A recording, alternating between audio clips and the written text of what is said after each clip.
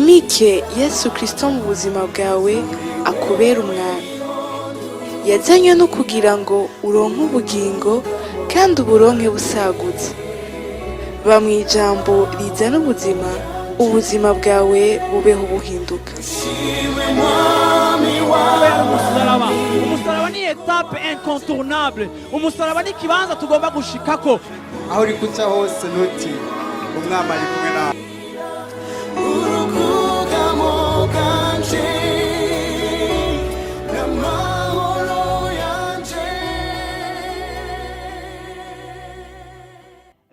Iyi minsi twagize iminsi idasanzwe, turakwije ukwezi turiko turiga kuri message, turiko turiga kuri iri jambo ridasanzwe rivuga ubuzima bw'umuntu ahimbaza. Ico novuga la vie d'un adorateur.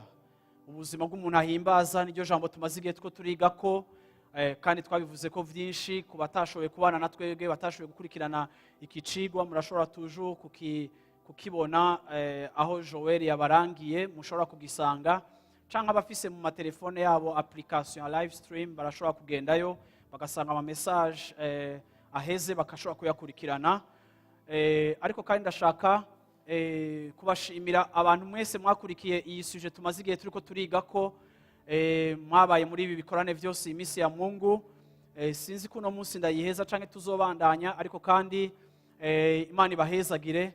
Vyukuri ndafise icifuzo mu mutima wanje, ndafise isengesho mu mutima, aho Imana idushikana ku rugezo twese nk'ishengero, aho Imana ikuza urugezo rwacu ko kuyihimbaza, aho Imana ikuza urugezo rwacu rwo gusuka imitima yacu kuri yo, kugira ngo ibi tuba turiko turakora iyi saha hafi isaha imwe n'inusu tumara turiko turatazira, ntibibi bintu gusa biriko birakorwa mu mugenzo, ariko Imana yongerereze umwe wese urundi rugezo rwo guhishurirwa ico arico amatazirano n'amashimwe azanwa imbere y'Imana. Yesu ashimwe cyane.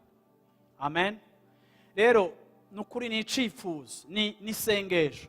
Urabizi hari ibintu ushobora kubamwo mu buzima bwawe, ariko hari ibintu biryoshe iyo tubibayemo nk'ishengero.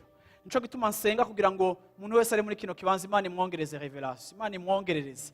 Aho tuzovuga nka Dawidi yaravuze muri Zaburi ya 122 ku murongo wa mbere, aravuga ngo naranezerewe aho bambwira ngo tugende mu nzu y'Imana. Aho kuri mwebwe mwese kuza mu nzu y'Imana bitazoza gusa biva mu mico mufise n'imigenzo, ariko aho mwumva mufise umunezero wo kuvuga ati ndagiye mu nzu y'Imana, ndaronsa akajya ko kuja mu nzu y'Imana kugira ngo nserebre Imana hamwe n'abandi.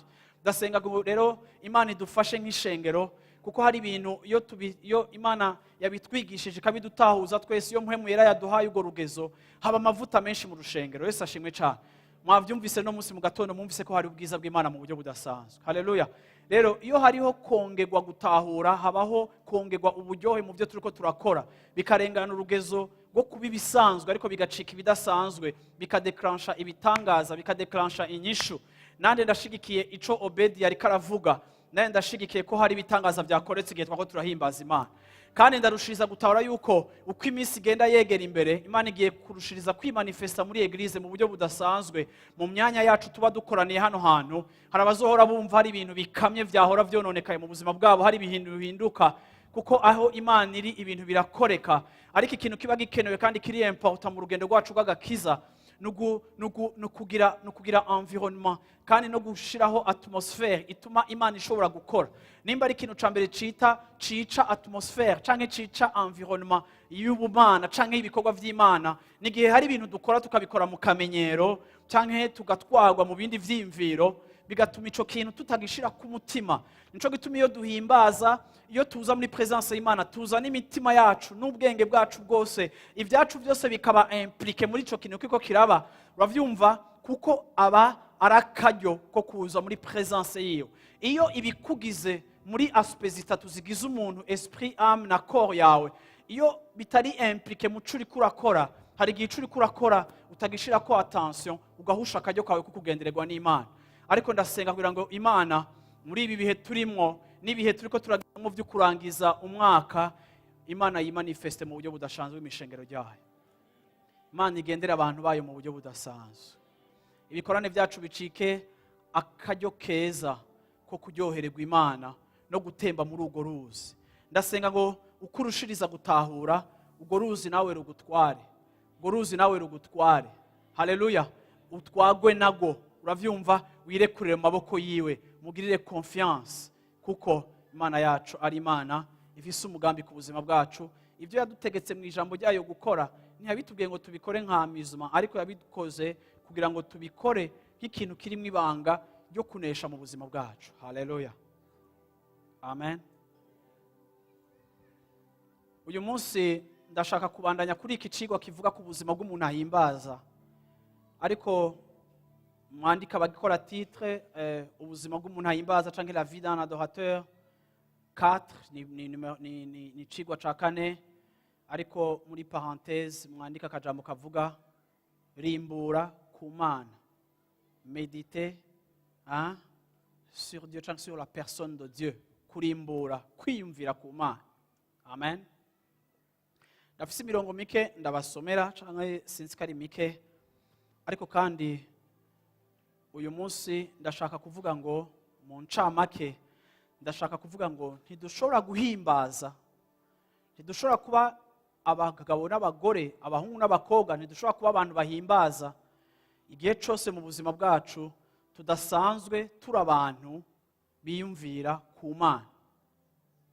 Ikibazo nibajije nico kibazo nshaka kuintroduiza ko iyi message y'uyu munsi, ari wowe aho uri hose uri kurakurikirana iyi message. Ikibazo naribajije iki kibazo: kubera iki muri Bibiliya hariho abantu tubona ariko tukabona ingene babayeho, nukuri babayeho umenga s'abantu? Kubera iki Bibiliya igizwe n'abantu umenga ubuzima bari babayeho n'ubuzima bw'igitangaza, umenga bahakwa kutamera nk'abantu canke umenga s'abantu nka twebwe? Ni kubera iki hariho abantu bagize inyifato itandukanye n'iyo duhora tugira? Ni kubera iki hariho abantu qui se sont distingués, iyo Bibiliya ibandika tubabona ari abahizi, ariko mu rundi ruhande ikintu nshimira Imana, muri Ancien Testament nta muntu n'umwe yabaye umuhizi Bibiliya itadupermeta kubona intege nke ziwe. Benshi mu bantu bakomakomeye mu ijambo ry'Imana, Imana yatweretse intege nke zabo kugira ngo Imana itwemerere kubona yuko naho bakoreshwa bari abantu bashobora gukosa. Ariko kandi uri kurabira bukaraba nk'ubuzima bwa Dawidi, nico kintu nabonye kandi we tumaze iminsi tuko turiga ko mu buzima bwiwe hari ikintu kidasanzwe. Dawidi ni umunyamakosa, Bibiliya mutwereka nk'umunyamakosa, ariko ndagomba kubereka yuko kimwe mu bintu Imana yapresiya ku buzima bwiwe ni aspect y'ukwizera kwiwe. Yabaye umuntu w'ukwizera, yabaye umuntu yizigiye ico Imana iri n'ico ivuga, ico kigatuma Imana ibimuhezagira, ibimuhera umugisha. Ndagomba kuvuga ngo ukugendererwa kw'Imana ku buzima bwacu buradepanda ahanini ya n'urugezo gukwizera kwacu kuca Imana iri n'ico ivuga, kurusha ahanini yuko Imana ihagaze ku nyifato zacu. Nyifato zacu ni ivyamwa byo gukurikira Imana no kumvira Imana. Nyifato zacu zirazana umugisha mu buzima bwacu bikaduha amahoro menshi, ariko ukwizera kwacu gutuma kenshi Imana ihagararana na twege mu buzima bwacu. Yesu ashimwe cyane. Rero ndagomba kuvuga ngo hariho abantu turaba muri Bibiliya, no munsi ndavuga kuri Dawidi, ndavuga no kuri Paulo gatoya, ariko kandi hari abantu turaba tukabona kubera iki bo babishoboye, kubera iki bo bagize ubuzima butandukanye, kubera iki bo babaye mu ntsinzi y'Imana, kubera iki bo bumenga byashobotse, kubera iki wowe ushaka kundonderera ama explication asobanura yuko bajya hariho igihe kanaka canke hariho faveur bari bafise wowe udafise.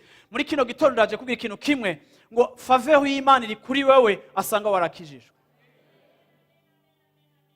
Nta kintu Imana yakoreye abandi itogukorera. Nico gituma ugomba kumenya yuko na wewe tu fais partie y'aba bénéficiaires b'ibikorwa vy'Imana.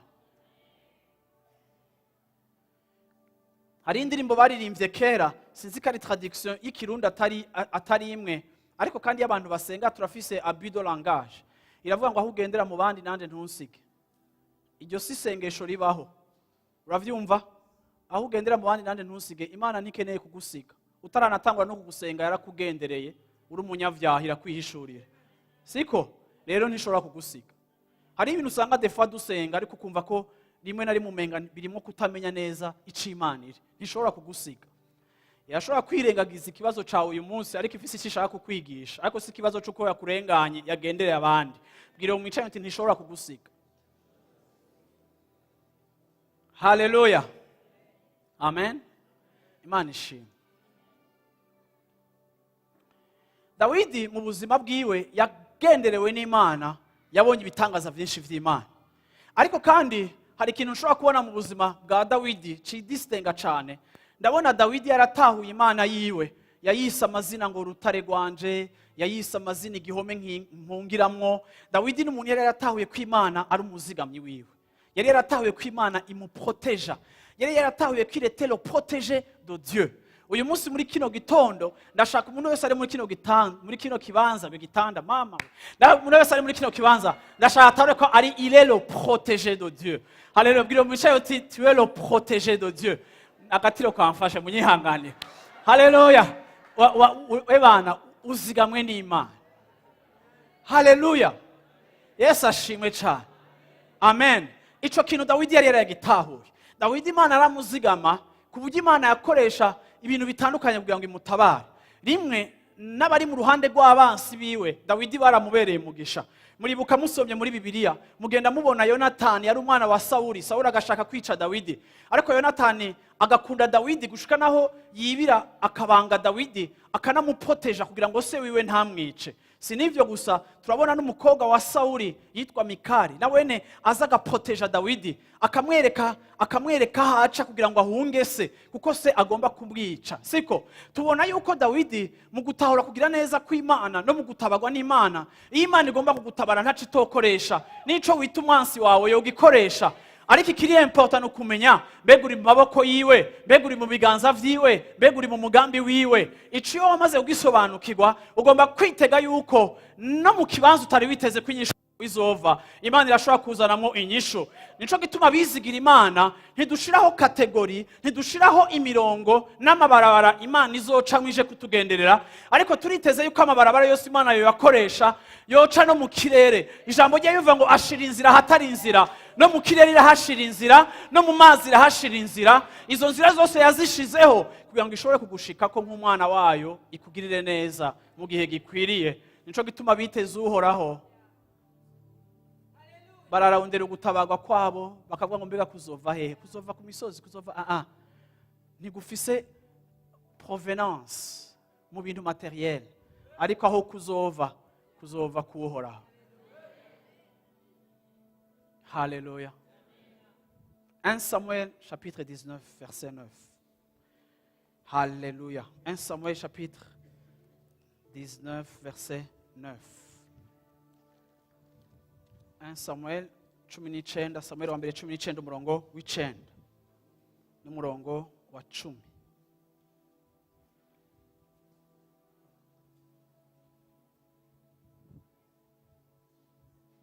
Bukeye ya mpwemu mbi irungitswe n'Uhoraho iza kuri Sawuli, avyagiye mu ngoro yiwe afise icumu mu minwe. Dawidi amuvugiriza inanga. Sawuli agerageza gusakiza Dawidi icumu, caye kumwicisha icumu ngo rirume ku nzu. Dawidi arazibukira amuva imbere, rinega ku nzu, arakwepa iryo cumu rigwa ku nzu. Nuko muri iryo joro nyene Dawidi arahunga aramukira. Usomye nyene ngaho muri chapitre 18, aho nyene ugize marche arrière, 18 verset 11 havuga ikintu gisa nk'ico nyene. Verset 11 havuga gutya: araheza ararirekura ati hinge ndarisakize Dawidi rirume ku nzu. Ariko Dawidi amuzibukira kabiri, maze Sawuli atinya Dawidi kuko Uhoraho yari kumwe nawe, ariko we akaba yamuvuyeko. Yesu ashimwe cyane. Yesu ashimwe cyane. Ndashaka gusoma iyi mirongo mike kugira ngo ndakwereke ukuntu Dawidi mu buryo bumwe canke ubundi yatabagwa n'Uhoraho. Sawuli yari afise amadayimoni ahora amufata, kandi bari baramuhaye umuti yuko kugira ngo amadayimoni amuveko bagomba kumuzanira umwana w'umuhungu amuvugiriza inanga. Uwo mwana w'umuhungu amuvugiriza inanga bazana Dawidi. Uko Dawidi yaririmba abadayimoni bagafata umwami Sawuli, Sawuli zaca zimuvako. Ariko murabe ukuntu Satani vraiment ari umugome, hagera igihe Sawuli atangura kugira projet yo kwica Dawidi. Bibiliya ivuga ngo afata icumu. Dawidi ariko araririmba, sinzi ko yavuza instrument imeze gute, ariko sinzi ko yahumiriza nkuko bamwe duhora duhumiriza iyo tuko turahimbaza Imana. Ariko Bibiliya ivuga ngo Sawuli yibwira mu mutima we, atereka mfata icumu, abikora incuro zibiri, atereka mfata icumu ndarimutere ndamwice. Ni gute woshaka kwica umuntu ariko aradegaja presence y'Imana ikagutuma ubohoka? Ni gute ivyo ntivyumvikana kiretse gusa umuntu ari posede. Ariko ijambo ry'Imana rikavuga ngo Sawuli yigira umugambi ati reka ndamutera icumu kandi ndakageme. Ariko urazi objective Sawuli yari afise si yo kumwica gusa, yagomba ngo mucumite icumu rimwinjiremo hama ryinjire no mu gihome. Murumva bo sinzi ntavyo mwumva nyene ko nande ntavyo numva, sivyo?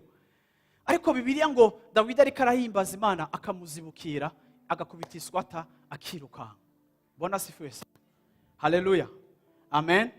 Urashobora kurondera umurongo uri muri ariko gushika naho amaze kumukwepa kabiri, Sawuli aramubarira ijambo rikomeye. Aravuga ngo Sawuli yatinya Dawidi, uravyumva? Yatinya Dawidi kuko Uhoraho yari kumwe nawe kandi wewe yamuvuyeko. Ndavuze ngo reka abantu bakubahe bagutinye kubera presence y'Imana kuriko. Hari igihe tugerageza kurondera ikintu cotuma abantu batwubaha badutinya tukakirondera mu vy'isi tanga. Ariko reka ndabibutse nk'abantu b'Imana ngo iyo uhora hari mu buzima bwawe birashobora kuzana igitinyiro ku buzima bwawe, abantu bakakubahiriza apana ku bintu bifatika ufise, ariko à cause de la présence de Dieu sur ta vie abantu bakakubaha. Mbega wowe uri conscient yuko wikoreye uburemere bw'ubwiza bw'Imana. Igihe Dawidi yaririmba yadegaje ubwiza bw'Imana, atmosfere yose ikuzura ubwiza bw'Imana. Ayo matazirano yiwe agatuma abadayimoni badashobora kuresista, badashobora gusubsista, kuko Dawidi yari afise uburyo bwo guhimbaza butari gusa technique ariko buhagaze kuri relation afitaniye n'Imana yiwe, bigatuma ikirere cyose cuzura Imana, cakatuma ahantu hose huzura presence y'Imana. Ndasenga kugira ngo igihe cyose uba muri presence y'Imana uriko urasenga, aho uzoba uri n'ahagukikuje abantu bashobore kumva ubwiza bw'Imana, presence y'Imana yidegaja.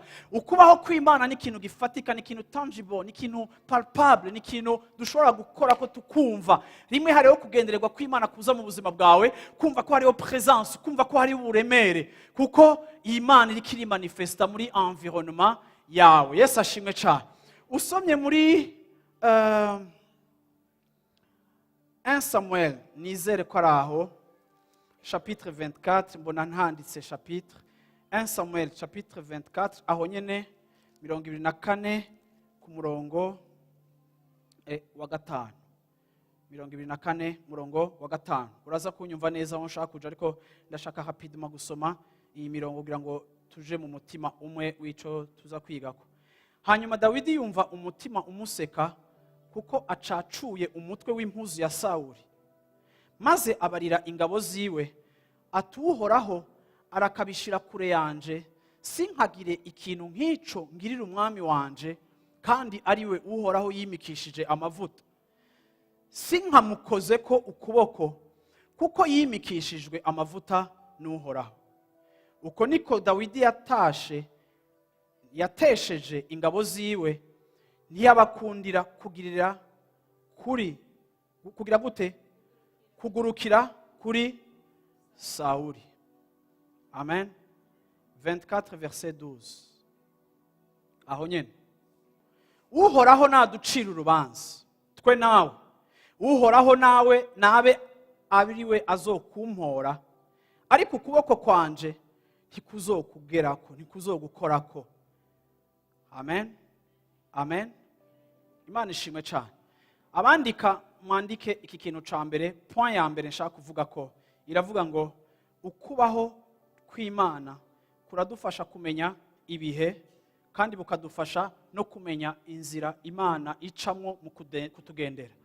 Ukubaho kw'Imana mu buzima bwacu kuradufasha kumenya ibihe turimo, saison turimo, kandi ukubaho kw'Imana kukongera kukadufasha ikigira kabiri kumenya inzira z'Imana igihe Imana izobije kugendera ubuzima bwacu. Yesu ashimwe cyane. Bantu b'Imana, ndashaka gushimikira kuri iki kintu kugira ngo tucumve neza. Abantu benshi bariyadukiza bagashaka kuba mu buzima bwo guhimbaza Imana, bagashaka melody, ariko ubuzima bwabo badasanzwe bafise ukubaho guhagaze mu kumedita ku Mana. Ndagomba kuvuga ngo tugomba kwiga kwiyumvira ku Mana. Kenshi turiyumvira ku kazi n'amaproje dufise, kenshi turiyumvira ku kuntu twokwiteza imbere. Hari ibintu dufata tukiyumvira, tukaja tukiugarana ahantu, abandi bakagenda ku kiyaga bakiyumvira. Ariko muri iyi periode ndagomba kubatumirira ngo hagire ikindi gishasha cinjira mu buzima bwanyu. nk'uko ku munsi wa Mungu twarangije tuvuga ko tugomba kugira ivyibutso, reka nkomereze muri ico ciyumviro nyene mvuge ngo tugomba kwiga kwiyumvira ku Mana. Tugomba kwiga kumedita sur la personne de Dieu. Iyo umuntu yiyumvira ku Mana, ivyiyumviro vyiwe birahinduka. Iyo twiyumvira ku Mana icirico n'ico ishobora gukora, ingene tubona ibintu birahinduka. Hari ibintu vyinshi bidutera kumera uko tumeze canke bitwa influence. Ako naje kugira ngo iyo umuntu yiyumvira ku Mana, buhoro buhoro agenda abona yuko ubuzima bwiwe agenda hindura ingene abona ibintu. Ukagenda ubona yuko buhoro buhoro hari ibintu utagihuza ko n'abantu benshi, kuko wowe ubuzima bwawe bushize mu kibanza cyo kwiyumvira ku Mana. Iyo twiyumvira ku Mana, Imana itwigisha kuri kamere kayo, karanga kayo, karakteri yayo. Iyo twiyumvira ku Mana, Imana itwigisha ku mapromesa, amasezerano yayo. Iyo twiyumvira ku Mana, Imana itwigisha kuco iri n'ivyo ishobora gukora. Rero bene uwo muntu ari muri influence y'ivyo vyiyumviro, hari ingene abaho, hari ingene yinterpreta ibihe arimwo. Uwo kubaza ngo uri mu biki, bamwe muri mwebwe bovuga ati bandi muri chômage. Uwo kubaza ngo uri mu biki, bamwe muri mwebwe bonyishura ngo bango muri iyi minsi ndakubititse. Uwo kubaza ngo uri mu biki, bamwe muri mwebwe bovuga ati bana karabaye. Ariko kandi hari uwo nobaza ngo mbega uri mu biki muri iyi minsi, akavuga ati ndi mu bihe vyiza kuko ndiko ndagendererwa n'Imana. Atari kubera muri situation zifatika merewe neza, ariko kuko Imana yamuhaye gusobanukirwa ivyo ari karacamwo, yuko bifise intumbero yo kuzana igihe gishasha, yuko ari etape ari karacamwo, ariko igiye kumutwara mu kindi gihe gishasha. Bazomicana turi kuca mu biki muri iyi minsi. Bantu b'Imana nta buryo na bumwe dufise bwo kwevita kugira attitude yo kwidoga no kuba abantu bidoga. Nta kintu kizodukiza kutidoga kiretse gusa ikintu kimwe gusa, kwiga kwiyumvira ku Mana. Uhora ufata umwanya ukiyumvira ku Mana, uhora ufata umwanya ukiyumvira ku cirico n'ico ishobora, uhora ufata umwanya ukayiyumvira ko ukayetudia, uhora ufata Bibiliya ukavuga uti Mana ndagomba kwiga icurico kuko iri jambo rirambwira sur ta personne. Amen. Dawidi ikintu harusha abantu benshi, Dawidi yarafise igihe kininiya cyo kwiyumvira ku Mana, cyo kuririmbira no gusenga Imana no kuvuga ubukuru bwayo. Yarafise umwanya wo kwiyumvira ku Mana. Ico kintu rero cyo kwiyumvira ku Mana nico kintu giheza kikadutuma dushobora kuronka indirimbo nshasha, indirimbo igasohoka. Sinivyo gusa, imbere y'ibibazo vyacu iyo twiyumvira ku Mana dutangura kurabisha amaso ibibazo vyacu amaso y'Imana. Imana idutiza amaso yayo kugira ngo tubone ibintu uko yoyo ibibona. Ndagusengera ngo Imana iguhe kubona ibintu nk'uko yoyo ibibona. Kuko Imana iduhaye kubona ibintu nk'uko ibibona, bihindura amatazirano twita situation zacu, zimwe tukazita nziza kuko muhemu yari yadutije amaso yiwe yo kubibona. Iri jambo twasomye tubonye yuko incuro nyinshi Dawidi yaronse akaryo akaronka Sauli, iyumvire yari yamuhunze.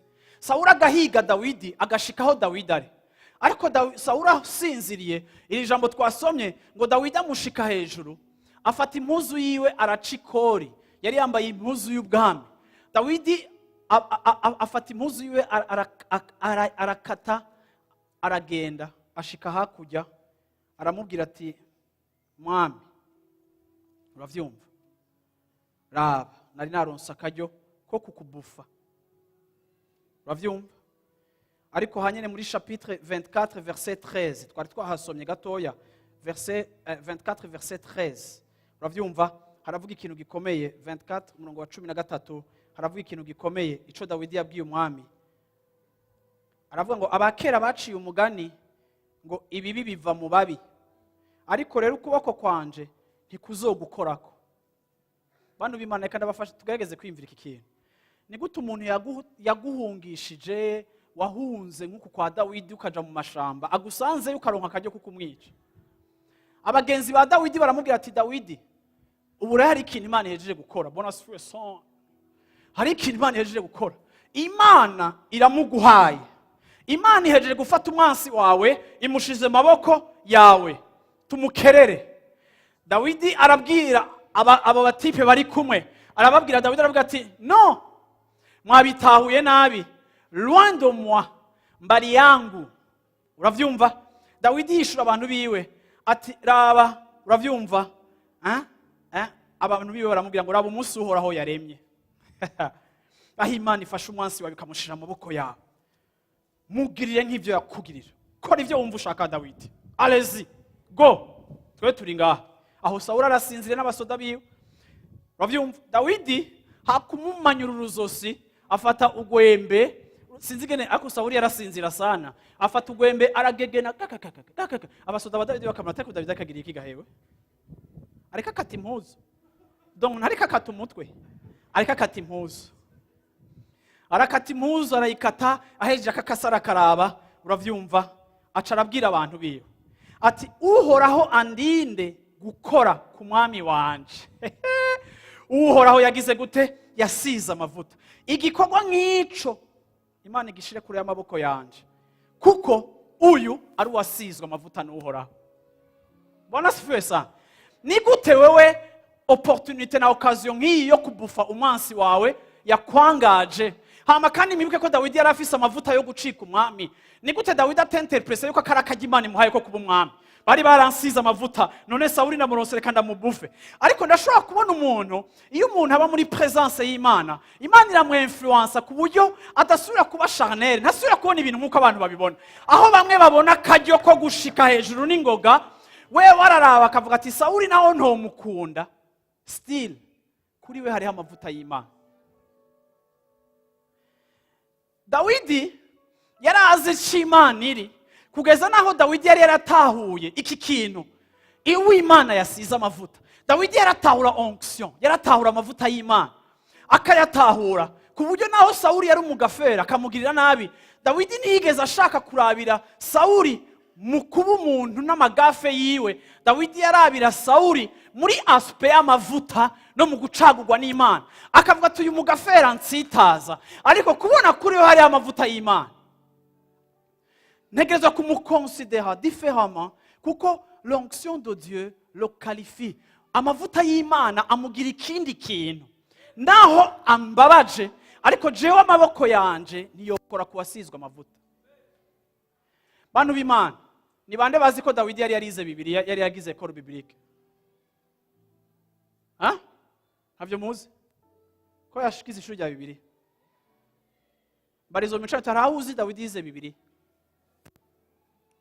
Sivyo? Ariko kubana n'Imana no kumedita ku Mana, Imana yamuhaye gutahura ibintu bimwe bimwe bidakogwako. Imana yamuhaye gutahura ibintu bimwe bimwe kubijanye n'inzira zayo. Dawidi aravuga ati naho mwibaza ko Imana impaye akaryo ko kumwica, sinshobora kumukorako. Ese icoma tukamera gutya iyo turiko turatreta ba bandi duhora turirimba, abo twita bakeba, abo twita ko batugirira nabi?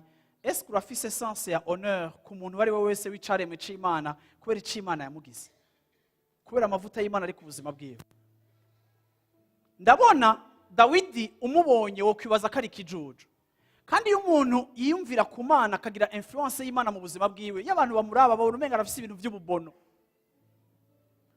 kuko abantu bashaka ko tureagisa nk'uko bo bareagisa.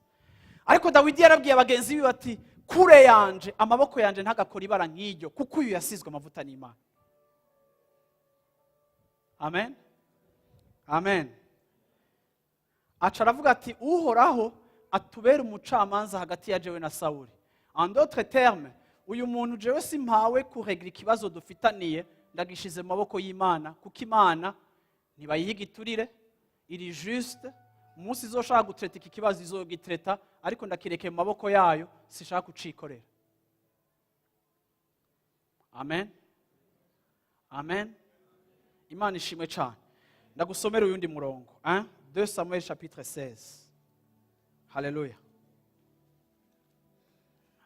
Navuze ngo ugomba gutahura muntu w'Imana wicaye hano hantu, yuko kwiyumvira ku Mana bizoguha gutahura amasaison uri kuracamwo différemment, kandi bizoguha no gutahura yuko inzira abantu bibaza ko ari zo nyishu, wowe uzotahura ko atari zo nzira, kuko Imana igutahuza inzira izokoresha ku buzima bwawe. Yesu ashimwe cyane, Yesu ashimwe cyane. Haleluya, amen. Nico gituma bikenewe cyane ko umuntu wese ari hano hantu, umukristo wese ari muri kino kibanza, ugira ibihe byawe byo kwiyumvira ku Mana yawe, kugira ngo urushirize kuyimenya, kuko urugezo rwawe rwo kuyitahura ruzohindura comportement yawe, ruzohindura na attitude yawe en face y'ibibazo.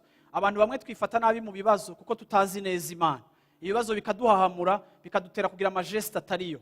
Ariko iyo wamaze kumenya ico Imana iri, wifata neza no mu bibazo vyawe kuko hari ico wahishuriwe. 2 Samuel chapitre 16. Haleluya. Amen. Samuel wa kabiri 16 ku murongo wa 10. 16 umurongo wa 10. Haravuga ngo umurongo wa 10 kugeza ku murongo wa 11, umurongo wa 11. 10:11. Umwami aramwishura ati dusangiye iki gabana ba Seruwiya? Ariko reka ndabuhere hejuru gatoya. Mere kuri verset 5 havuga ngo Shimeyi atuka Dawidi. Maze umwami Dawidi ashitse i Barihimu, hasokoroka umuntu wo mu muryango wa Saburi yitwa Shimeyi mwene Gera. Agenda aramutuka inzira zose. Agenda aterera umwami Dawidi amabuye n'abantu biwe. Muko murabona Dawidi arakwepa amabuye. Kandi abantu bose n'abahizi bose bari bamuhagatiye iburyo n'ibumoso. Uku niko Shimeyi yagenda aramutuka. Ati genda, urakagenda, wamwicanyi we, wamugesera we. Uhora hagusubije ku mutwe amaraso yose y'abinzu ya Sawuli. Mbega mwibaza ko Dawidi ari we yisha abasawuli? Abasoma Bibiliya, Dawidi niwe yisha abasawuli. Niwe yabisha. Hari abantu barusanga hagaze ngo urabona ngene ngo bambeshe, ngo bakambesha ngo reka ndakubwira ikintu kimwe, ibyago byakuziye biraza nyene bigatumirana bigahamagarana hama bakakubeshera. Uwo wishize mu gishingo ciwe ukiyimika, none uhoraho agabiye Abusalomu umuhungu wawe ubwo bwami. Awa ubonye bwawe ubuyobe bwawe buragukoze kuko uri umwicanyi. Maze Abishayili umwana wa Seruwiya abaza umwami ati ariko excellence ari cimviro ngize ni iki gituma tureka uwo muvyimba? Donc uyu mutipe yari impande ya Dawidi ntiyarabona uwo muntu ariko aratuka Dawidi, yamubona muri eta ya mort. Amaze kubona hamwe yumva ko umuntu nyene urafise possibilité yo kukikemura ku buryo umuravye utakimubona nk'umuntu, mubona deja yahwereye. Arabwira ati excellence ni iki gituma none uyu muvyimba uravyumva wimbwa en plus akagenda aragutuka ga mwami wanje nyene ingoma hinge njabuke ndamuca izose. Umwami aramwishura ati dusangiye iki ga mwabana ba Seruwiya? Aba bari bameze nk'aba chef d'état major ba Dawidi, bakunda kugwana, bari abagafere, bari abatipe fu. Amaze guproposa Dawidi ati nyemerera njabuke je ujya mutipe ndamubufe. Dawidi aramurara bati mbega wewe uretse ko tugendana kandi ko twahungiye hamwe kandi ko muri security yanje, mwebwe duhuriye he? Je numva umenga Dawidi yashatse mugata ko eta yanyu na eta jewe ndimo ingene mwemwe interprete ivyo ndiko ndacamo n'ingene jewe ndabibona. Haleluya. Bwana sifiwe sana. Yesu ashimwe cyane. Hama hariho abantu batwegereye bafise ingene babona ibintu ariko bitandukanye n'ingene Imana iriko irabona ibintu, ariko bivuga ngo umuntu w'impwemu asesa vyose et il n'est lui-même jugé par personne. Umuntu w'impwemu, l'homme spirituel, juge de tout et il n'est lui-même jugé par personne. Hariho ibintu tutarabira mu bintu byumvikana gusa, ariko bidusaba gutira amaso y'Imana kugira ngo tubone iyo saison turimo ingene Imana yita n'ingene isa, hama tuyinterprete non pas selon la logique humaine ariko selon the mind of God. Bwana sifiwe sana. Duhuriye hehe. Yesu ashimwe cyane. Haleluya. Hari abantu muri mwege ngaha anye mwifeza konseye n'abanyamubiri n'abantu babasubiza mu mubiri gusa, bababwira ngo rega ntaco nimba ashaka ko mujyamana mutaragira mariage, rega nimba ashaka ko twarinda imbere yo kwa kurongora, none kare wazoba umugabo wawe nimupfe gupimba, rega nta caha kiriho, rega nuwawe rega banza gupimba none butovyara. reka nakubwira ikintu kimwe, ntibikenewe gupima kuko urashobora no kuvyara ukamutakaza. Hari abantu tugira muri environnement yacu bakatwinfluensa. Mwige kuza murabishura nka Dawidi uti mbega duhuriye he?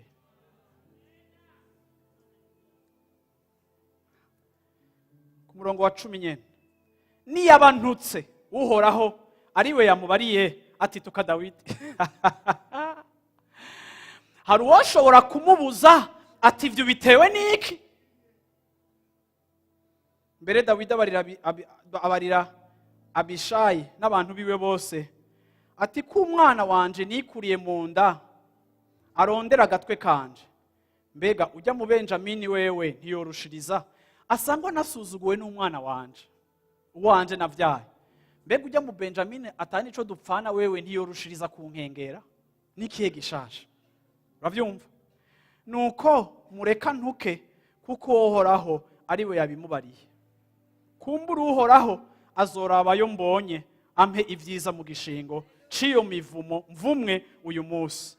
Nuko Dawidi n'abantu biwe bakomeza inzira, Shimeyi nawe agenda akikamye umusozi abangikanye nawe. Yesu ashimwe cyane. Mbega umaze kwimvira yuko abantu baba bariko baragutuka canke bako barakugirira traitement bariko barakugira baba bariko barakoreshwa n'Imana? Murabona ingene rimwe na rimwe twiyataka ku bintu tukabibohesha tukavyugaza, hari ibintu batugaza, ariko ico mugatahura saison Imana ihora ipermit ibintu bimwe ko bishika. Iyo utahuye ibihe vy'Imana ugira amahoro mu bihe. Iyo ubuzima bwawe wihaye Imana, ukizigira Imana, ukiyumvira ku Mana, uzoshobora aho abandi babona kuri kurasuzugurwa, wowe uzoshobora kubiha iyindi interpretation. Hamubireke bibe, uvuga uti kumbure reka Imana ivyumva iyo bivumo, hama nayo nize gukora ibitandukanye n'ivyo bariko baramvuma, reka tubandanye tugende. Ikibazo se bariko barantuka, jewe ikibazo muri vyose gutangura no guhera kwaco nama mbona kari Imana. Abantu ivyo bifatamwo dans l'entretemps muri iyo saison yanje yo kutishurwa no kugira gute, abantu bavyifatamwo uko bashaka. Ariko jewe ikibazo si bajya, ariko ikibazo ndazi yuko Imana ibishatse yo bihindura. Vuga uti kwimvira ku Mana. Kwimvira ku Mana biratwinfluensa ingene tubona ivyo turiko turacamwo nibishika ku buzima bwacu. Amen. Haleluya. Ca kabiri, uravyumva, bidufasha kwihanganira influence mbi z'abandi, biturinda gutwagwa na influence mbi z'abandi. Bantu b'Imana, Dawidi yarafise abasirikare bamukunda cyane kandi bomupfira bakamuzira. Akunda Dawidi kuko naho yarazi ko afise abakunzi biwe, yarazi aho bagarukira mu vy'imwemu, yarazi ico abemerera n'ico atabemerera. Mbega wewe bagenzi bawe wobuzi ivyo ubemerera n'ivyo utabemerera? Haleluya. Ntidushobora kuba abantu batahura icarico Imana no kuyishira hejuru igihe tutari abantu bamedita kuco Imana iri.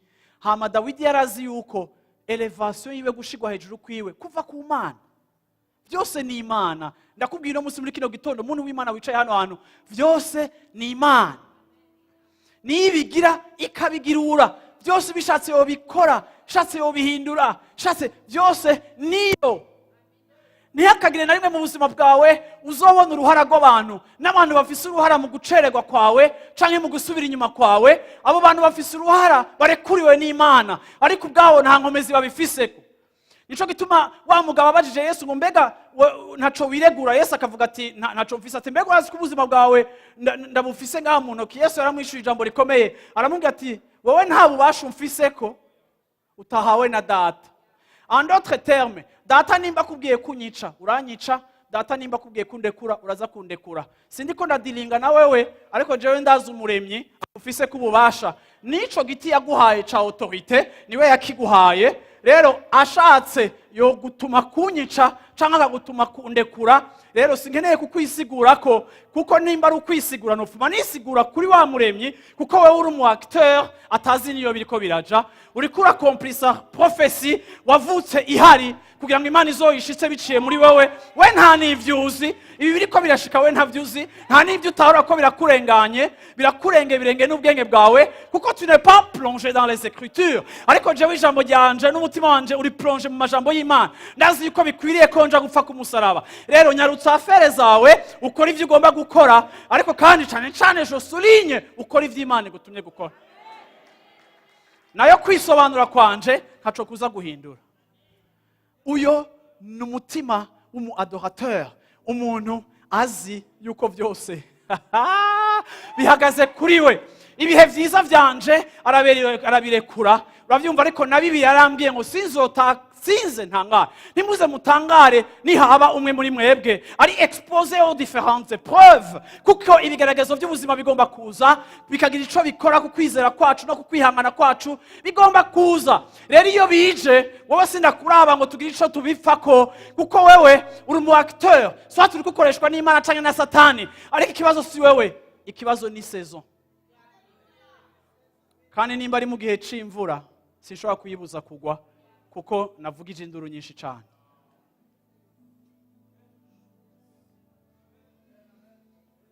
Amen. Amen. Ugomba kwiga kutaba influence n'abaguhagaze imbere. Cyo ni ca kabiri. Ca gatatu, 1 Samuel chapitre 22 verset 1. Come on. 1 Samuel chapitre 22 verset 1 à 2. Yesu ashimwe cyane. Amen. Murabona abantu b'Imana, ivyo mwabitahuye guhimbaza kwanyu kurahinduka. Yesu ashimwe cyane. Kuko isi canke systeme ya Satani igomba kutubwira ko duhimbaza Imana kubera twavyaye canke twishu. Ariko umuntu vy'ukuri yamaze kumenya Imana ntahimbaza kubera ivyakoretse, ahimbaza Imana kubera sa nature, kuko ni Imana. Haleluya. Amina. Vuga uti ni Imana. Rero yonje mu nzu y'Imana nakubititse, ndavuga ni Imana. Gukubitika kwanje ni kwaguhinduye, ntiwavuye ku ntebe ko je nakubititse. Ndaje rero kuguhimbaza. Haleluya. Mwami ndagukunda. Haleluya. 1 Samuel 22 verset 1. Nuko Dawidi avayo arahunga aja mu isenga ry'i Adarumu. Bukeye bakuru we na bene wabo bose bavyumvise baramanuka bamusangayo. Kandi umuntu wese yari mu magogwa, wari mu mwenda, nugendana imyidogo,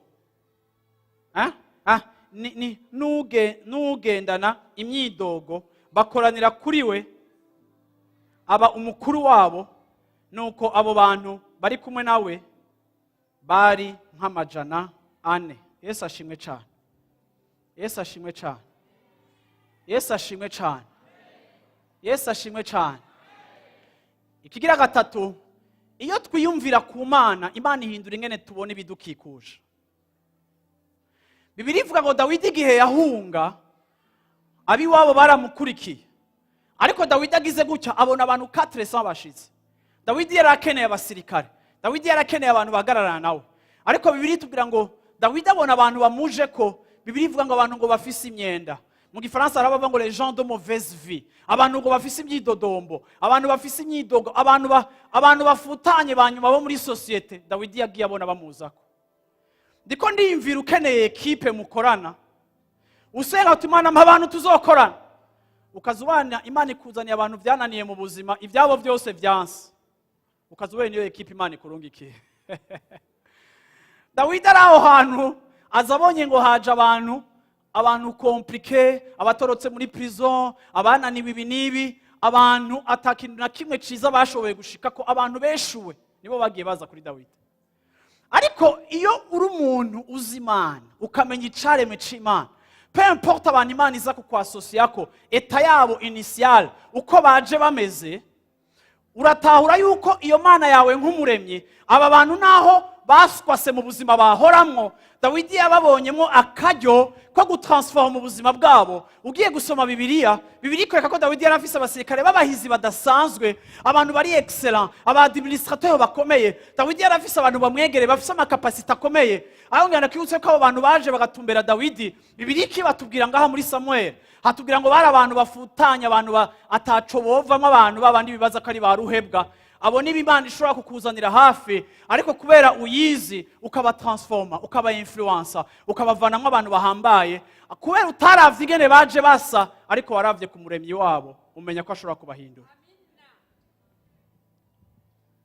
Iyo twiyumvira ku Mana, abantu b'Imana, murabona ko ibintu byose birahinduka. Ingene tubona ibintu birahinduka, ivyiyumviro cawe kirahinduka, kuko iyo tuba muri presence y'Imana, iki nico kintu nabonye mu buzima bwa Dawidi cari kimugize. Yabaye umuntu ubona yuko aramedita cyane ku Mana, ku buryo na situation twarayisomye kuri Goliyati, uko hazi ingorane buno nyene aca yikonekta kuri kahise kiwe ingene Imana yamutabaye. Nuvuga ngo umuntu yari afise ukunyarutsa kwibuka fidelite y'Imana, kandi nta kindi yaraharuye kuri fidelite y'Imana. None muri kino gitondo umuntu w'Imana, wewe wubakiye kuki? Uhagaze kuki? Ubuzima bwawe bwubakiye kuki? Amen, amen, amen. Yesu ashimwe cyane. Ndarangirije imirongo yanje muri Acte 16. No munsi nabasomeye cyane, ariko kandi nashaka kubereka yuko umuntu asanzwe nka je na wewe ashobora kugira comportement itandukanye n'iya je na wewe, atari kubera yi special mu bindi, ariko hari ibanga ryiwe cyane cyane muri ribanga ry'ubucuti bwiwe n'Imana ihindura ingene abona ibintu. Yesu ashimwe cyane. Amen. Acte chapitre 16. Hallelujah. Amen. Utari wanyumvise uraza kumva icyo nashatse kuvuga muri kino gitondo, icyo Imana igushaka ko kuri uyu munsi. Acte 16 verset 16. Ibyakozwe n'intumwa 16 umurongo wa 16. Bukeye tugiye aho basengera, duhura n'umwigeme arimwo dayimoni aragura. Yaratungishije bashebuja cyane kubwiyo ndagu canke ivyo bikorwa vyiwe byo kuraguza. Murumva uyu n'umupfumu yari afise aba manager. Siba abapfumu muhora mwahora muja kuraba, nizere ko mutakijaye. Uyo aradukurikira twebwe na Paulo asemerera atabana basavye b'Imana isumba byose, kandi bababarira inzira y'agakiza. Amara iminsi myinshi agenza cyo, ariko Paulo adundumiwe arahindukira abarira dayimoni ati, ndakubariye mu izina rya Yesu Kristo muvemo. Amuvamwo muri ako kanya. Maze basebuja babonye yuko ico baziga ko inyungu kivuyeho, bafata Paulo na Sila barabakwega, babajana mu kaguriro imbere y'abashinga ntahe, babashira abacamanza. Bataba abantu bahagarika imitima yabo mu gisagara cacu, kandi arabayuda. Batuzanira imigenzo tuzira kwemera canke kuyikora, twebwe turabaroma. Ishengero rihagurukira icarimwe, abacamanza babakurikirako, babakurako impuzu, babataburira babataburako impuzu, bagera ko babakubita. Abatipe b'Imana verset 23 bamaze kubashishura inkoni nyinshi, vuga uti inkoni nyinshi, babashira mu ibohero, babarira umurinzi kubarinda cane. Nawe abari wacyo abashira mu nzu yo hagati, azobera amaguru yabo mu mpatane z'ibiti. Maze nko mu gicugu Paulo na Sila bariko barasenga baririmbira Imana, izindi mbohe zibumva. Isi ica inyiganyiga cane giturumbuka, bituma amatanguriro y'inzu y'ibohero anyiganyiga. Ako kanya inzugi zose ziruguruka, iminyororo yose ya bose igira gute? Iradohoka. Yesu ashimwe cane. Yesu ashimwe cane. Amen. Bwana sifiwe sana. Mpora nkunda kumva abakristo, reka nababwire ikintu tutazosubira kugira, ikintu tudakwiye no kuza turagira cane. Mpora mbona abantu ariko aravuga ubutumwa ngo dutazire, naho mufise ibibazo dutazire Imana. Wibuke Paulo na Sila. Paulo na Sila bari mu ibohero, barahimbaza. Ako kanya ibitangaza birakoreka, turirimbe.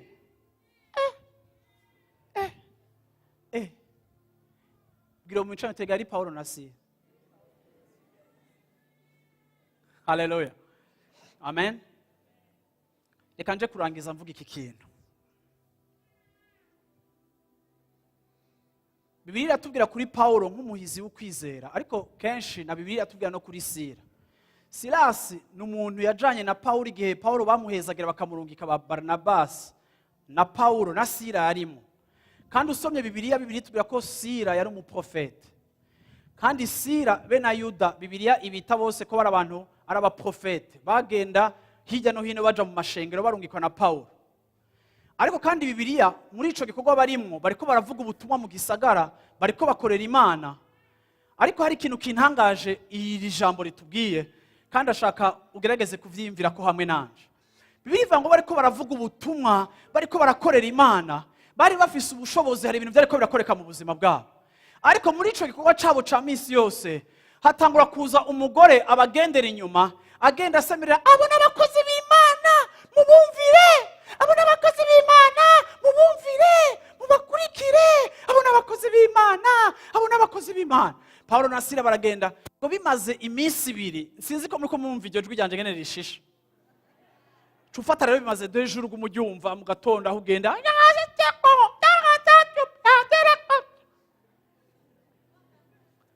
bakihangana bakavuga ubutumwa bagashinga intahe, bakihangana bakavuga ubutumwa bagashinga intahe. Ariko uyo mugore yari karagira ivyo bintu, yari umupfumu, yari umuraguji, kandi uwo mugore yinjiriza ikashe basebuja biwe nibo yazanira igiceri cinshi, baratera imbere kubera ukuraguza n'amareba y'uwo mugore.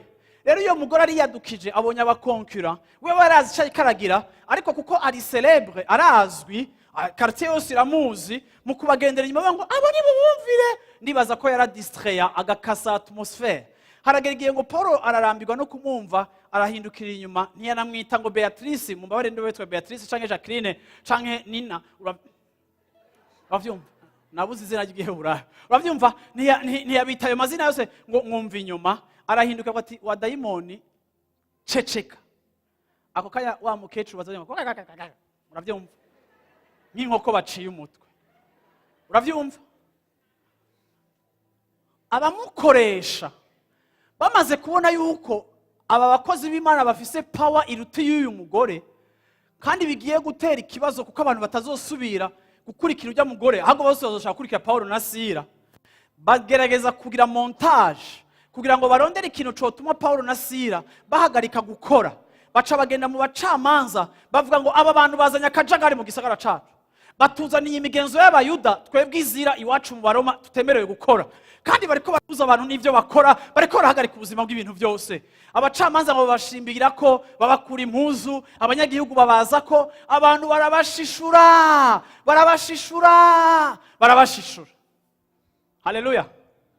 Bahejije kubakubita bakomeretse, bavuga ati ivyo ntibikwiye, ahubwo ni mu batware muri prison, ahubwo ivyo ntibikwiye, ni mu batware ibwira muri prison, mubashire muri kasho, ni mubashire hamwe n'abandi ba prisonnier, ni mubashire muri isolement. Babagenda babinjiza muri isolement, ni mubashire gusa muri isolement ngo mubugarane, ariko mubohe n'amaguru yabo n'amaboko yabo, baboha amaguru yabo n'amaboko yabo. Yesu ashimwe cyane. Yesu ashimwe cyane. Bwana sifiwe sana. Hari ibintu abakizwa duhora twihendako. Mbe mwabonye yuko aba bantu bakubiswe kubera dayimoni? Umugore yuzuyemo dayimoni yarabakwege, n'est-ce pas? Sivyo? Hari undi yoca avuga ati sha ntibiri normal ibintu bateza kuba batari bejejwe. Je nawe dushitse muri iyo prison, bamwe turashobora kuvuga atari kugamana. Ndiko ndagukorera. En plus bivuye ku mugore afise amadayimoni. Man. Ariko ngenda kubwire ngo iyo mu buzima bwawe wize kumedita ku Mana, iyo uzi icyo Imana iriko. Paulo na Sila ngo barashitse hajya ahantu mu ibohero, ngo batangura kugira gute? Batangura gusenga, batangura kumedita. Hari igihe dora twibaza ngo twogira nka Paulo na Sila, ego twobigira twaradushuha tugasimba tukaririmbira Imana. Ariko ivyo bintu niba bifyonda akabuto ngo bice biba, bigomba kuba bihofreta ubuzima bwawe bwa misi yose. Iyo icago kigusanze urimbura ku Mana, uza kwinterpreta ikibazo cawe mu maso n'ingene Imana icinterpreta. Iyo kigushitseko hagutakaza umwanya utera imihari imana, kuko hariho abantu no munsi badaparvena gutazira imana kuko bafitiye imihari myinshi imana y'ivyo itarakora, y'ivyo itarabishura. Ariko aba bantu ndababona barashitse hajya ahantu ya mana nyene itabatabara, abariyo baha honneur, haguha honneur no kumedita ku minyororo yabo, batangura guha honneur imana yabo, batangura kurimbura ku mana yabo. Kubera muri iyo situation ntaco bimaze kumedita ku bibazo ndimwo no ku minyororo ifasha ubuzima bwanje, kuko kuyiyumvira ko ntikumuha ububasha bwo kwibohokako, ariko kumwiyumvira ko biramuha ububasha bwo kwibohokako. Rero ico bakoze nico ngomba kugutumira ngo muntu w'Imana wige gukora. Igihe mu buzima bwawe wimenyereje kwiyumvira ku mana, imana izokwama ibi ya mbere mu kuguserukako. Igihe utewe hazoza ubwa mbere na mbere presence y'Imana igusange mu ibohero yawe, ikwibutsa amajambo yayo. Bwana asifiwe sana. Yesu ashimwe cyane. Haleluya. Amen.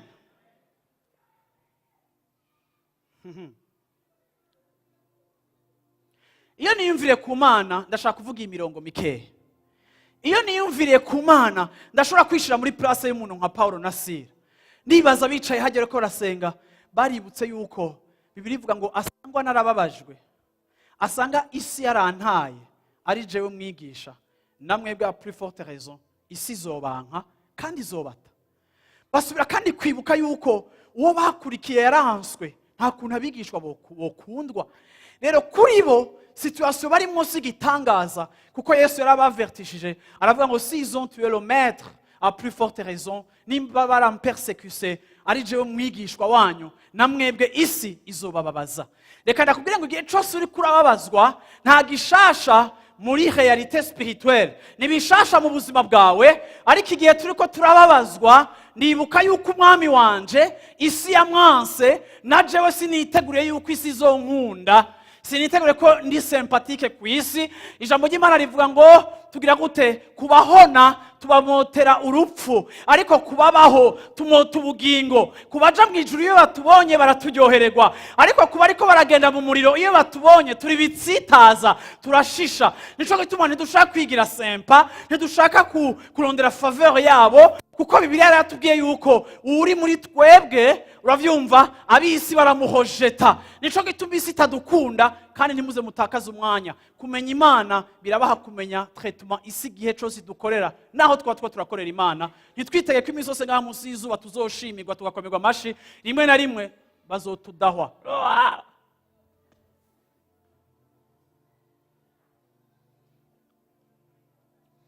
Ndabona Paulo na Sila bariko barasenga. Haleluya. Yesu yaravuze ngo naranesheje. Ndabona Paulo na Sila bari muri prison bariko baramedita ku Mana, bakibuka ko Yesu yavuze ngo jewe naranesheje isi. Haleluya. Jewe naranesheje isi. Bwese ashimwe cyane. Ndabona Paulo na Sila bariko baribuka Yesu yavuze ngo nzobana nawe kugeza ku iherezo ry'isi. Bakimvira ku cimaniri, bakimvira ku cimaniri. Iyo twimvira ku cimaniri, then we can worship him. Turashobora kumuhimbaza. Indirimbo yacu irashobora kuza. Ariko iyo twiyumvira ku bibazo byacu ntidushobora guhimbaza. Ndabona Paulo ari mu ibohero bari aho hantu, uravyumva, yibukira ijambo Petero yavuze. Petero yaravuze ngo nuko mbega nirihe shimwe twogira igihe, uravyumva, en effet quelle gloire y a-t-il à supporter de mauvais traitements pour avoir commis des fautes? Mais si vous supportez la souffrance lorsque vous faites ce qui est bien, c'est une grâce devant Dieu. Mbega, uravyumva, reka ntraduize. Mbega nikihe twokwishimira igihe bariko baradufata nabi, twakoze amakosa? Muntu w'Imana, nimba uri kurafatwa nabi kuko wakoze amakosa, nta gloire irimo. Ariko nimba uri kurafatwa nabi atacaha wakoze, ariko kubera wumviye Imana, uko gufatwa nabi kwawe, ijambo ry'Imana ritubwiye ngo c'est une grâce. N'ubuntu. Bwana asifiwe sana. uriko aragendera mu nzira z'Imana agatabwa canke akaba akenye kuko yahisemo kuva mu ngeso mbi ngo akurikire Imana, asanga uriko urababazwa kuko wagize neza n'ubuntu.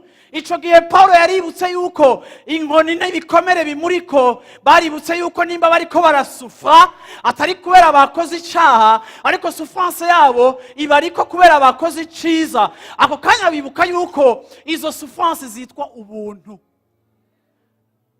Hariho imibabaro udashobora kwirukankana nk'idayimoni, hariho imibabaro abantu b'Imana bari destine kubamo. Ndazi ko ndiko ndavuga biri antipathique. Haleluya. Amen. Amen. Yesu ashimwe cyane. Ndabona Paulo na Sila batanguye kumedita.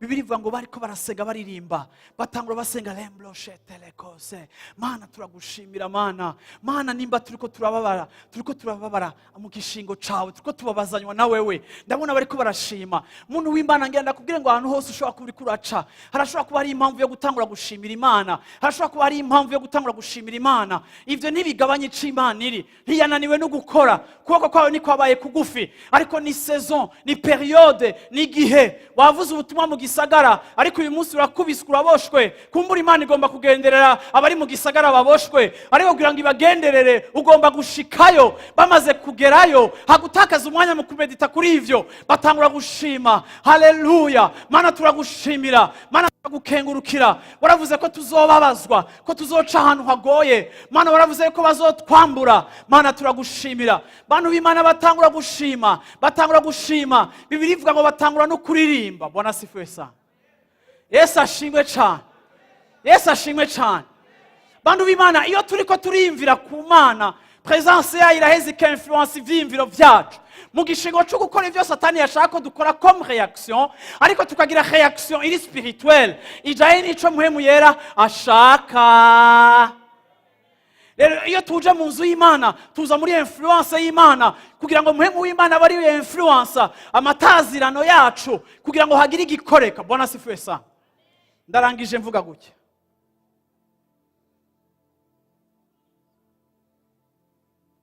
Hariho igihe ibintu byose biguherana, hari igihe ibintu byose bitwankira canke bikabloka, siko? Ariko bantu b'Imana, uyu munsi ndashaka kurangiza ndababarira iki kintu. Nukuri mwige kwiyumvira ku Mana, kuko ico kintu kigiye guhindura ingene ubayeho n'ingene utazira. Ntidushobora kuvuga ngo Paulo na Sila ngo barataziriye, uravyumva, hama ngo nawe wicege gute, oya, ugutazira kwabo kwavuye muri comportement basanzwe bafise. Ibatera kumenya yuko ico gukora muri uyu mwanya ari ukujana ivyimviro ku Mana kurusha gushira ivyimviro kuri situation. Abantu benshi bariko baricirwa no kujana ivyimviro byabo kuri situation kurusha uko babijana ku Mana. Ntibashobora no gutamba nk'uko no munsi mwe mwariko muratamba. Uravyumva? Ako ndababona juste bivugira, iri jambo canke baririmba indirimbo, baravuga ati uravyumva, nta kindi kimbeshejeho. Haleluya. Nta kindi kimbeshejeho n'urukundo rwawe. Haleluya. Nta kindi kimbeshejeho. Bakubiswe bashaye, ariko baratangura baratazira Imana. Nta kindi kimbeshejeho. Haleluya. Baratangura gushima izina ry'Imana. Bwana sifiwe sana. Haleluya. Ariko kandi muri uko gutazira kwabo, abantu Bibiri ivuga ngo imbohe zariko zirabumviriza baririmba. Mwe mugume mundirimbira gusa je nibana nivugira. Bavyumva. Bibiri ivuga ngo imbohe zishishikara zibumva basenga baririmba. Ariko Bibiliya ntitubwira ko imbohe zabafashije kuririmba, siko? Siko abantu b'Imana.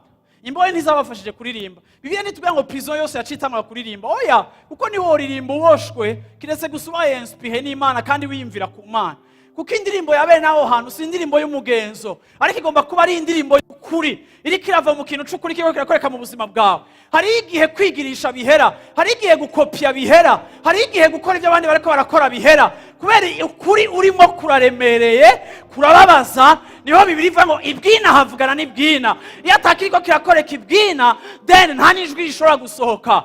Abantu bahindura ibintu, abantu ubuzima bwabo butazira, n'abantu guhimbaza kwabo kwama kuri level ya situation barimo, kwama kuri niveau ya situation bariko baracamwo, kwama kuri ku rugezo rwaho bariko baraca. Imana izoguha ico bita indirimbo nshasha. Iyo ni indirimbo abandi baririmbyi bataririmbye, iyo ni indirimbo abandi bantu badashobora gukopya, kuko nibwira iva mu mutima wawe. Nico gituma ivuga ngo nimuririmbe indirimbo za Mpwemu Yera, nimuririmbe indirimbo nshasha. Mbega indirimbo nshasha isobanura iki? Ni indirimbo Imana iguha kubera aho uri, ni indirimbo Imana ikuzanira igusanza aho uri. Iyo nta wundi yayiririmbye, iyo niba yikopya, ariko iraza ikadudubiza igasohoka. Iyo abantu bariko barayumva, ntibari gushobora kuyiririmba muri prison, kuko ntiyari gwabo, kuko bari bafunzwe batari connecte n'Imana. Ariko izi zari imbohe zo mu mubiri, ariko mu mpwemu zifise liberté, ziri connecte ku Mana. Ntacari gushobora kubabuza, ntacari guhindura attitude yabo, ntacari guhindura comportement yabo, kuko banywanye n'Imana. Abandi barabumva baririmba, nabo barakurikirana bati haleluya, haleluya, haleluya. Sinari kubaho iyo utaza. Haleluya. Byose tuwe la fondation, byose niwe rufatiro. Gukubitwa, kuronka amasuccès, guca mu nzara, kugira gute, byose nta signification bifise. Ariko Mana yo mu ijuru gikomeye niwe uno munsi. Nico gituma ashaka kuguhimbaza, nico gituma ashaka kuguserebra. Urukundo rwawe rurusha. Urukundo rwawe ruruta inkoni nakubiswe, urukundo rwawe rurarengeye ikimbabaje uyu munsi, urukundo rwawe ruri hejuru, nta kindi kimbeshejeho. Haleluya, haleluya,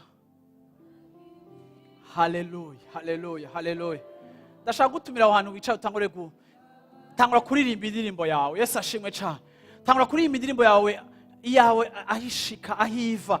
Tangure kwiyumvira, ushobora kuririmba ariko medita kuri kino kintu, kuko harageze yuko abamuhimbaza bamuhimbaza mu kuri no mu mpwemu. It's not about melody canke nike, ariko bihagaze gusa kuri sa personne muri situation.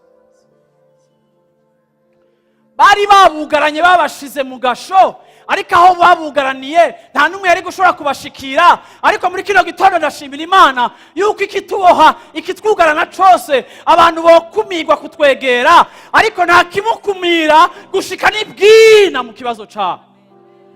Igihe bamuhimbaza, wewe yaronse haca, arengana prison yose, arengana imiryango principale, arengana ivyumba principale birimwo bose, agera no mu gasho arahabasanga, presence y'ibiratangura kumanuka. Shendele kotelebo. Haleluya, haleluya, haleluya, haleluya, haleluya. Hallelujah. Do, come on, do.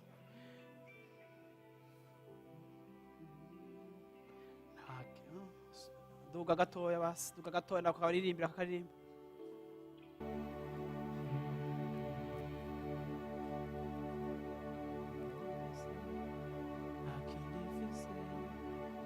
Uri Imana. Wicaye mu ntebe yawe uririmba indirimbo ivuga ngo uri Imana. Siko uri Imana, uri Imana. Nta kindi muri kino gitondo, uri Imana. Ingorane zitwa uko zitwa, ariko wowe witwa Imana. Haleluya. Ushaka kumudugiza ibiganza byawe ahantu wicaye, uririmba indirimbo uvuga ati uri Imana, uri Imana, uri Imana. Haleluya. Umudugiza ibyo biganza byawe gusa, uri Imana. Uzuye ubuntu, nta kintu uri Imana. Haleluya.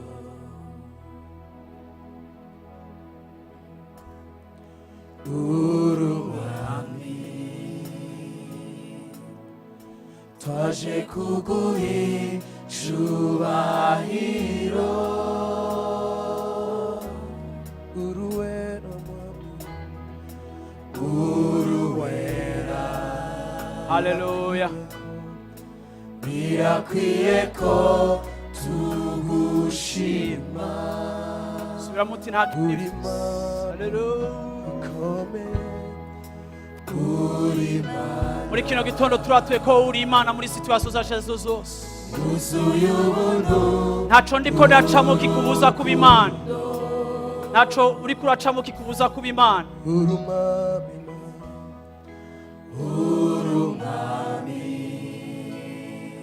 no muri situation yanje ndaje aje kuguha ndaje kuguha icubahiro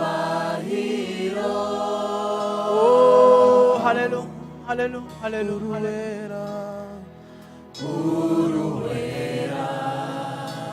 haleluya araruta ico uriko uracamo birakwiye ko ararengeye iryo bohero ryawe n'iyo minyororo yawe nta kindi mfise novuga nta kindi mfise novuga atari ukuguhishimwe no muri iyi situation ndaguha ishimwe no muri ibi ndiko nacamwo ndaguha ishimwe no mu byo ndiko ndahura navyo ndaguha ishimwe kuko uracitwa Imana uracitwa Imana uracitwa Imana ivyo vyonyene birampagije naho atakiri ico bakibaye birampagije nushimwe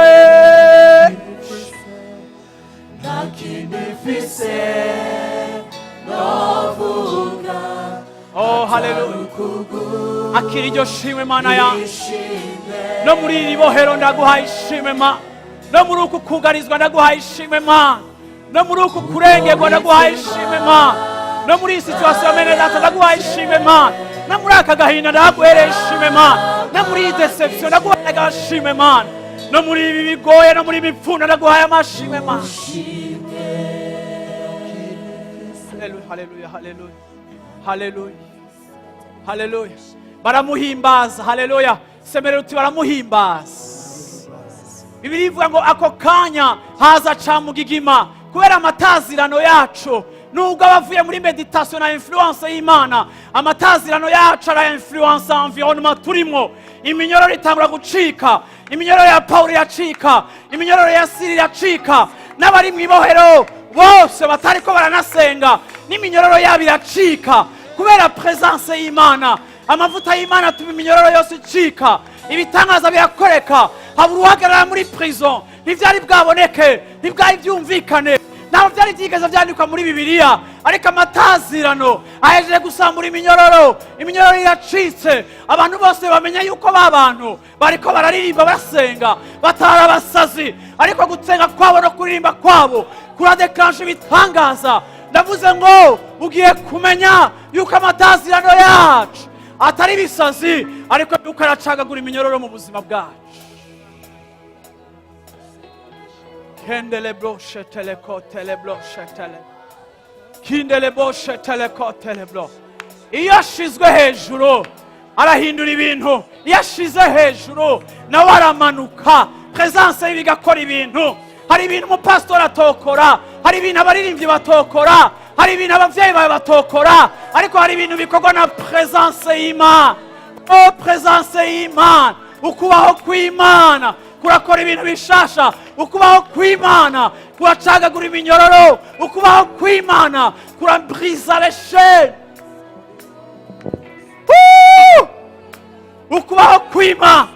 ukubaho kw'Imana kuzoca iminyororo iboshe kino gihugu ukubaho kw'Imana kuzoca iminyororo iboshe kino gihugu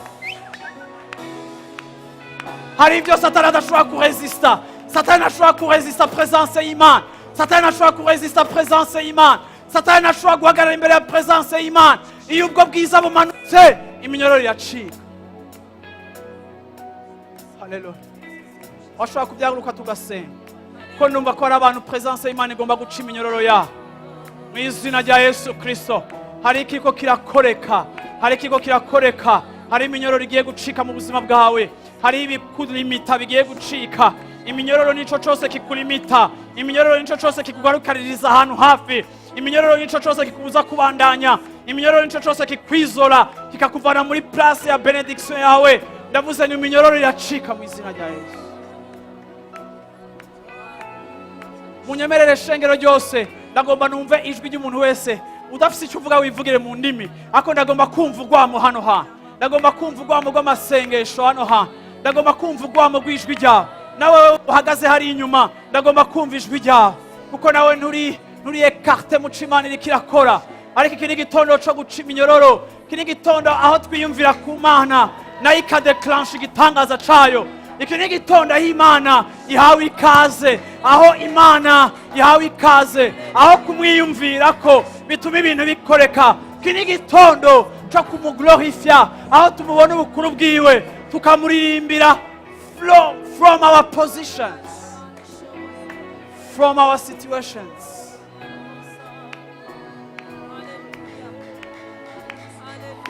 Ijwi ryawe ndarishaka hano hantu, ijwi ryawe ndarishaka hano hantu. Bwa bundi turi abantu badasanzwe, bwa bundi amatazirano yacu ntasanzwe, bwa bundi indirimbo yacu ntisanzwe. Yashobora guca iminyororo, yashobora guca iminyororo. Ndavuze ngo yashobora guca iminyororo, sinzi yawe iyo ariyo, ariko ndavuze ngo uko yitwa yose. Ya Paulo yitwa kurya, ariko ndabwiye ni iyawe ishobora gucika, ishobora gucika, ishobora gucika à cause de sa présence. Oh, haleluya. Oh, musenga uti Imana uri mukuru, musenga uti Imana uri Imana, mubarire ko ari Imana, mubarire ko ari hejuru y'ibibazo byawe, mubarire ko ari wakwiye kwiyumvirwa, mubarire ko ahambaye, mubarire ko ari mukuru. Oh, mwibutse ibikorwa vyiwe. Erega Mana nturi muto, erega Mana ntunaniwe, erega Mana sindi kure, erega Mana sindaho udashika. Yes! Leketelebo sheteleko tielebo. Lendeleko teleblo sheteleko. Oh, tu es digne de recevoir notre adoration. Tu es digne d'être loué. Tu es digne d'être célébré. Nous sommes venus te célébrer. Nous sommes venus te célébrer. Nous sommes venus te célébrer. Nous sommes venus te célébrer. Oh! Oh! Isi tarabaho wari uhari. Ibikorwa byawe byari bitangaje. Wahagaritse ukwezi. Wahagaritse amagalaxi n'amagalaxi. Turacade kuva ibyo wakoze. Erega urahambaye uhoraho. Erega ugitangaza Mana yanje. Erega Mana urashoboye. Erega Mana urakomeye. Ntitwokugereranya n'ubukene bwacu, ntitwokugereranya n'indwara, ntitwokugereranya n'abyo abajambo batuvuze ko. Uri Mana ya saison yanjye. Ketelebo teleko telebo teleko lendeleko teleko. Oh, ngwino mpemu yera, ngwino mpemu yera, ngwino ubushobozi bw'Imana ukore mu bantu bawe, ngwino uca iminyororo. Ariko araca iyo minyororo, ndavuze ngwino uca iyo minyororo. Nuzica iyo minyororo, nuzica iyo minyororo. Hari iminyororo iri mu vyimviro vyawe, icike mu izina rya Yesu Kristo. Hari iminyororo iri mu vyimviro vyawe, icike mu izina rya Yesu. Hari iminyororo iri mu vyimviro vyawe, ivyo abantu bakubariye, uturimba abantu bagushingiye, ivyo wiyumviriye, ivyo wibwiye bitari vyo, ndabisambuye mu izina rya Yesu Kristo. Hari iminyororo, hari iminyororo, hari iminyororo igushingira karimbi, ndavuze ngo icike. Iminyororo y'ingwara icike, iminyororo y'ingwara icike, iminyororo y'ingwara icike, iminyororo y'ingwara icike.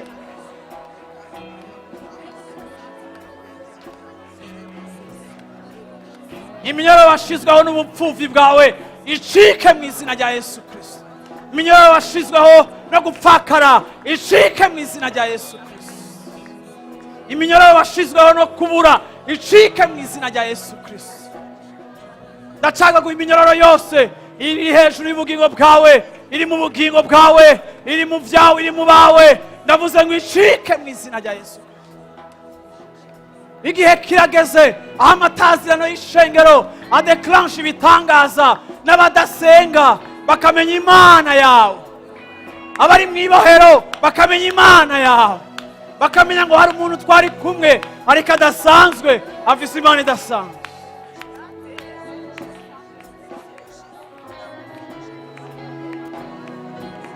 Ketelebosha teleko telebosha teleko kitelebosha ndeleko lendeleko shateleko.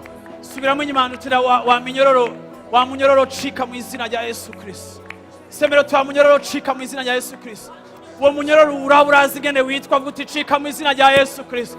urabuza umunyororo umaze igihe ukubuza kwa avansa nta liberté de mouvement ufise vuga uti cika mu izina rya Yesu Kristo semera uti wa munyororo cika vuga uti wa munyororo cika mu izina rya Yesu Kristo mu izina rya Yesu Kristo ikimbuza kugenda cose ikimbuza kuja kure cose ikinyugaranira ahantu cose kiracika mu izina rya Yesu Kristo.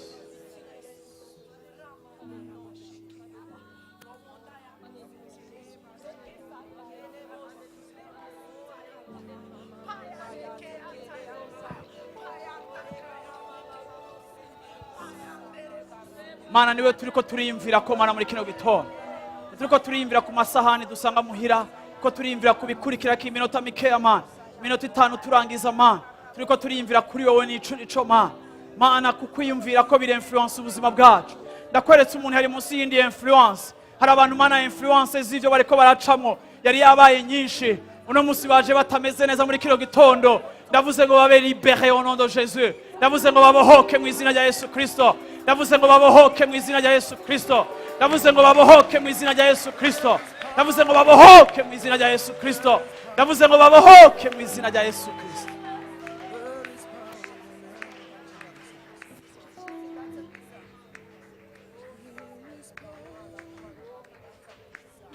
Abantu b'Imana bavuye ngo amen.